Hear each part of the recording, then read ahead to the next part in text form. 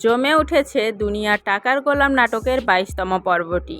এই ২২তম পর্বে রিশাদের কারণে এবার যেন নতুন করে সম্পর্কে ফাটল ধরতে শুরু হয়েছে ফাতেমা এবং শেহজাদ খানের মধ্যে। রীতিমতো ব্যাংকের সমস্ত অ্যাক্সেসের কথা উল্লেখ করেছে শেহজাদ খান, কিন্তু এখানেই যেন ঘাবড়ে গেল ফাতেমা। শেহজাদ খান যখন ফাতেমাকে বলল যে ব্যাংকের অ্যাক্সেসগুলো সহ সমস্ত ডকুমেন্ট নিয়ে ফাতেমাকে সাথে নিয়ে শেহজাদ খান যাবে ব্যাংকে টাকা উঠাতে, তখনই যেন ফাতেমা ঘাবড়ে গেল। শুধু তাই নয়, শেহজাদ খান যখন ফাতেমাকে সাথে নিয়ে ব্যাংকে চলে গেল এবং সেখানে দেখতে পারল যে ব্যাংক অ্যাকাউন্টে অর্ধেক টাকা আছে এবং বেশ কিছু টাকা নেই, তখন যেন শেহজাদ খান তাকালো ফাতেমার দিকে। কিন্তু শেহজাদ খানের তাকানো দেখেই যেন ফাতেমা চুপ করে থাকলেন। ফাতেমা কোনো উত্তরই দিলেন না। এতেই যেন ফাতেমা এবং শেহজাদ খানের মধ্যে বিরোধ সৃষ্টি হলো। ফাতেমাকে শেহজাদ খান জিজ্ঞেস করলে ফাতেমা কোনো উত্তরই দিতে পারল না এই টাকাগুলো বিষয়ে।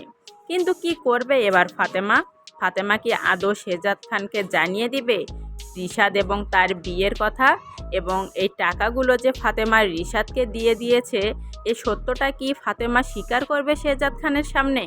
কি ঘটতে চলেছে আদৌ দুনিয়া টাকার গোলাম নাটকের ২২তম এপিসোডে? চলুন সম্পূর্ণ বিস্তারিত জেনে নেওয়া যাক আমাদের আজকের এই ভিডিওর মাধ্যমে।